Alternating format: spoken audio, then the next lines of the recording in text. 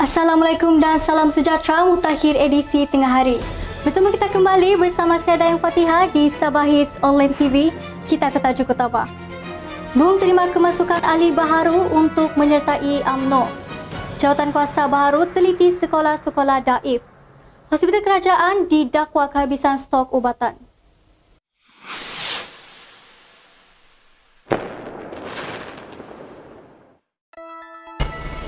Ketua UMNO Sabah yang berhormat Datuk Seri Bung Mokhtar Radin kini mengalu-alukan kemasukan semula ahli yang pernah meninggalkan parti itu sebelum ini untuk menyertai UMNO semula.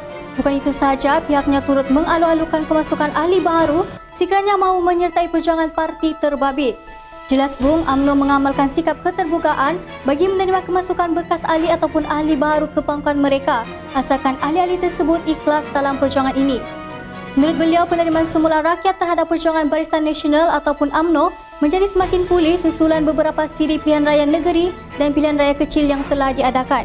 Ini menunjukkan rakyat sudah bijak menilai apa yang telah dilakukan oleh Barisan Nasional ataupun UMNO ketika menerajui negara. Kestabilan politik ini juga menjadi lebih teratur daripada sebelum ini dan keadaan ekonomi negara juga teratur.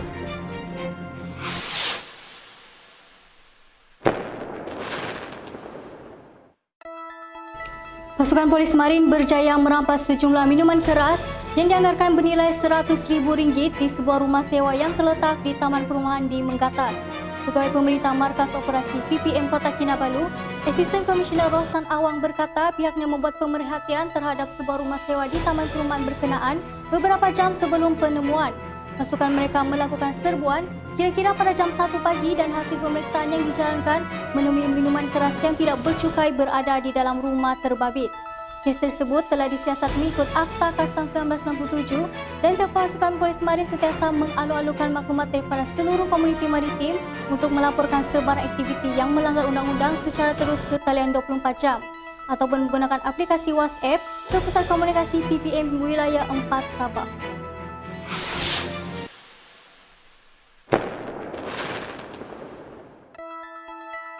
Menteri Tugas-Tugas Khas Sabah yang berhormat Datuk Muhammad Arifin Muhammad Arif memaklumkan bahawa satu jawatan kuasa pembangunan pendidikan negeri Sabah telah ditubuhkan. Perubahan itu adalah untuk memantau keadaan semasa serta bagi mendapatkan maklumat yang membabitkan semua sekolah di Sabah, terutama yang di kawasan pedalaman. Arifin menyatakan bahawa jawatan kuasa berkenaan melibatkan seramai 15 ahli jawatan kuasa termasuklah pengarah pendidikan Sabah di mana jawatan kuasa terbabit dipengerusikan oleh beliau sendiri. Penubuhan tersebut akan memberi fokus bagi memperoleh maklumat sekolah-sekolah daif dan sekolah yang tidak selamat di Sabah. Ujarnya, beliau akan mendapatkan maklumat daripada pejabat pendidikan daerah bagi setiap daerah pada bulan Februari untuk mengetahui situasi sebenar, kemudian berbincang tentang langkah penyelesaian bagi setiap masalah yang dihadapi di tempat masing-masing.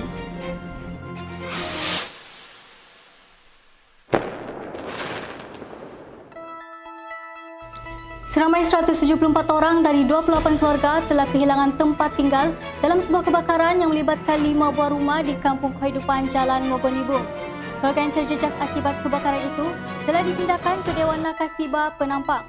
Menurut jurucakap Pusat Gerakan Operasi Jabatan Bomba dan Penyelamat Malaysia Sabah, pihaknya telah menerima panggilan kecemasan pada jam 3.39 petang. Bertindak atas laporan tersebut, unit bantuan perkhidmatan kecemasan dari Balai Bomba dan Penyelamat Penampang Kota Kinabalu dikerahkan ke lokasi kejadian yang terletak 2 km dari BBP Penampang. Pasukan bomba telah berjaya menyelamatkan sebuah kilang cermin dan 4 buah rumah yang berhampiran dengan lokasi kejadian. Tiada sebarang kecederaan dan kemalangan jiwa dilaporkan, namun punca kebakaran dan jumlah kerugian masih dalam siasatan.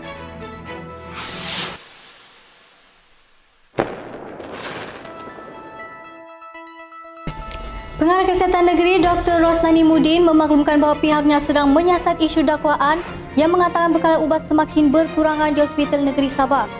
Dakwaan mengenai kekurangan ubat itu telah dibuat oleh bekas Timbalan Ketua Menteri Datuk Christina Liu dalam satu kenyataan di mana beliau telah menggesa Kementerian Kesihatan untuk memastikan semua hospital di negeri ini mempunyai bekalan ubat yang mencukupi sepanjang tahun. Ujar Liu, seorang pesakit yang mempunyai penyakit jantung telah diberitahu bahawa farmasi kerajaan mempunyai masalah kekurangan ubat sejak awal tahun ini. Pesakit diberitahu bahawa ubat diberikan hanya untuk tempoh 2 minggu, bukannya sebulan seperti biasa. Oleh hal yang demikian, pesakit terpaksa datang selepas 2 minggu untuk mendapatkan bekalan ubat mereka. Sementara itu, jurucakap Hospital Queen Elizabeth II berkata pihak hospital terpaksa mengurangkan jumlah ubat yang diberikan kepada pesakit luar berikutan stoknya semakin berkurangan.